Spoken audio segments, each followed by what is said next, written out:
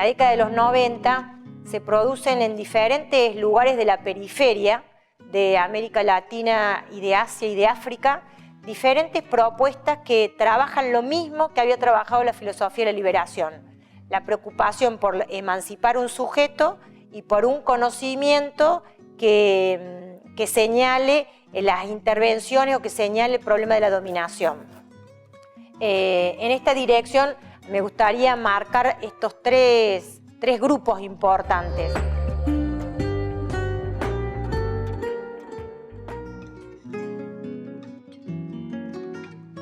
Lo que se llama el grupo de modernidad-colonialidad, que hace hincapié, digamos, en el problema que sigue teniendo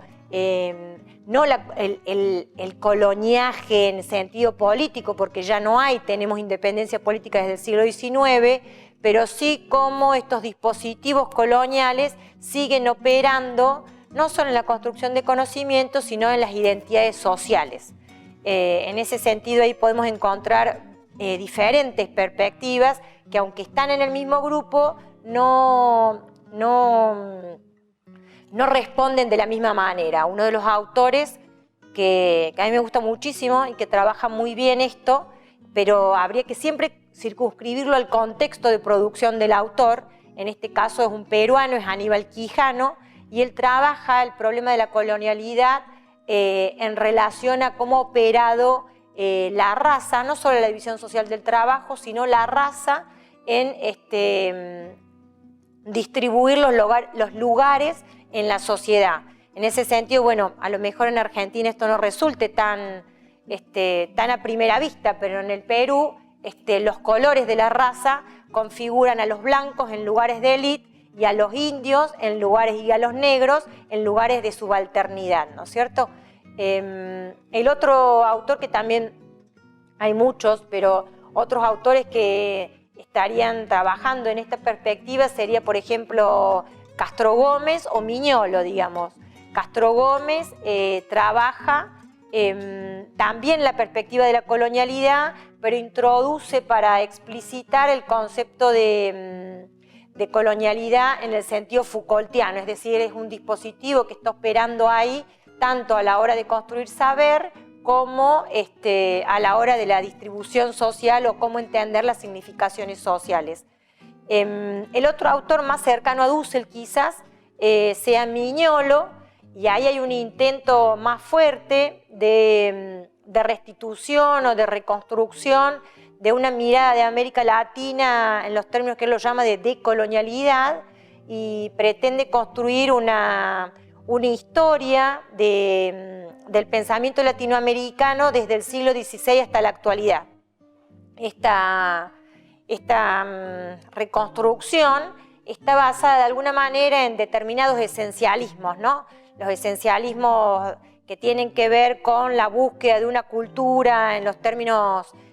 originarios. Ahí esta idea de cultura también ya estuvo presente en la filosofía de la liberación, con autores, por ejemplo, como Rodolfo Kusch. Bueno, este sería, por eso digo que estos grupos que se han organizado en red, en general trabajan en red, trabajan en diferentes universidades, lo que hacen es plantear problemas y seguir repensando cuestiones en relación a estas categorías que nombramos antes: sujeto, historia y cultura.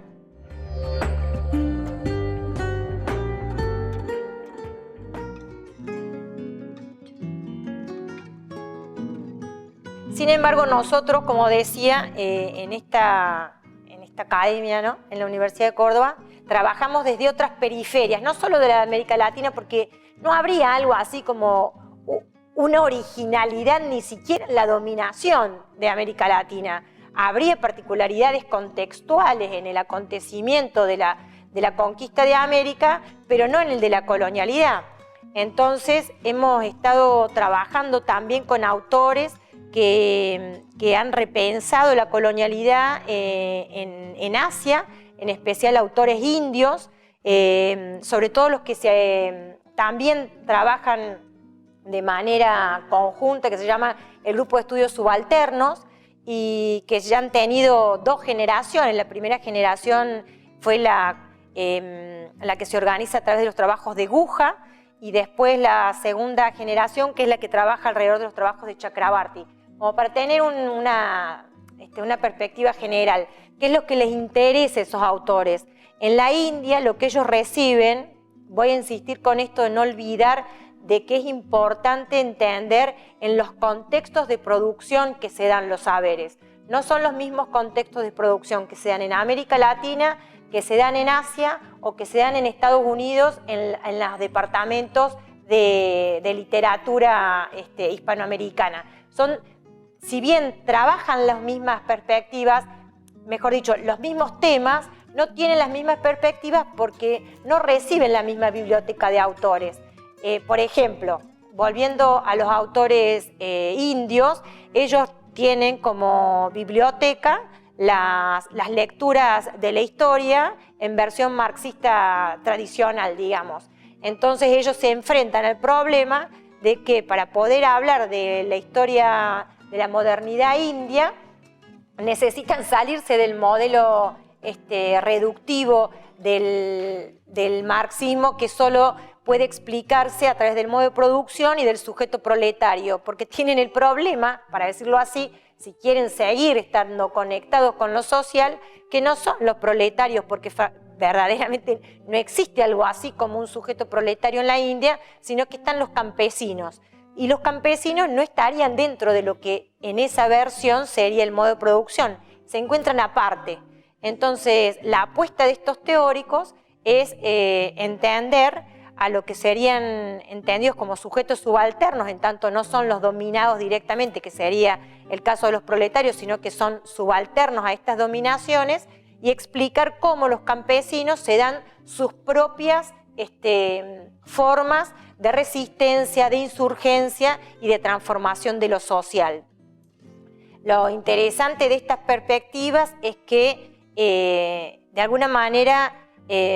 siguen considerando, y por eso a nosotros nos parece que seguiría de alguna manera el legado del planteo de Roy, de que todos los sujetos tienen capacidades políticas, que eso significa que si todos los sujetos tienen capacidad política, que los intelectuales no tengamos las herramientas adecuadas para entenderlos, no significa por eso que no existan, al revés, es el intelectual o somos nosotros desde nuestras áreas de trabajo, las ciencias sociales o las humanidades, las que tenemos que modificar, transformar y dinamizar nuestros elementos para entender ese mundo social.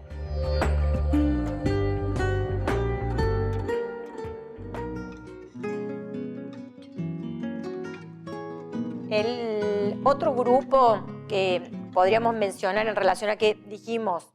por un lado, que existe en América Latina y que toma América Latina como objeto de estudio, que es el grupo de colonialidad-modernidad, también se ha conformado, también para la misma época, son coetáneos, digamos, estamos hablando de la década de los 90, el grupo latinoamericano de estudios subalternos. Ahí se ha podido trabajar en relación a las posibilidades que nos dan, digamos, tres teóricos que han considerado importantes para reconstruir esta mirada de lo subalterno y entender otras figuras de identificación social que no están asociadas solamente ni al proletario, ni al pobre, ni a la víctima, sino que construyen sus identidades sociales desde otros lugares, como por ejemplo aquellos sujetos que en la versión marxista serían el lumpen, ¿no? Es decir, cómo pensar los sujetos que están por fuera del modo de producción. En ese sentido hay también una discusión ahí al respecto, porque muchos de estos autores trabajan en la perspectiva de los sujetos migrantes en Estados Unidos y entienden la idea de la subalternidad como sujetos migrantes, es decir, sujetos que están constantemente cambiando y que no tienen una identificación fija. Es interesante, hay un manifiesto que lanza este grupo, que lo hace en 1998, que se llama el Manifiesto Inaugural, y ahí lo que ellos proponen es esta mirada del subalterno no en los términos aquellos que planteaba Salazar Bondi de pura dominación, sino que al revés. Es decir, a pesar de esa dominación, estos sujetos desde los intersticios pueden construirse a sí mismos social y políticamente. Así podríamos pensar, por ejemplo, diferentes experiencias que se sucedieron en América Latina, como el proceso zapatista, como ciertos grupos colombianos, como ciertos grupos de mujeres en diferentes lugares, por ejemplo, la Madre de Plaza de Mayo, en las peores circunstancias, ellas se constituyen a sí mismas con una identidad social potente, digamos. En el mismo sentido, también en Bolivia hay una autora que a nosotros nos gusta mucho y que, si bien acompañó el proceso de Evo Morales de alguna manera, si bien amplia y en la que puede incluir a una multiplicidad de voces en los pueblos y en las naciones bolivianas, sin embargo deja afuera a otros. Entonces, la propuesta de esta autora, de Silvia Rivera Cusicanqui, es preguntarse, bueno, ¿por qué volver al mismo modelo del Estado-Nación moderno, aunque transformado? Digamos, vuelven a presentarse las tensiones. A mí me parece, o a nosotros nos resulta interesantísimo, cómo todo el tiempo no hay una ruptura entre teoría y praxis, sino que al revés, lo que hay es una constante realimentación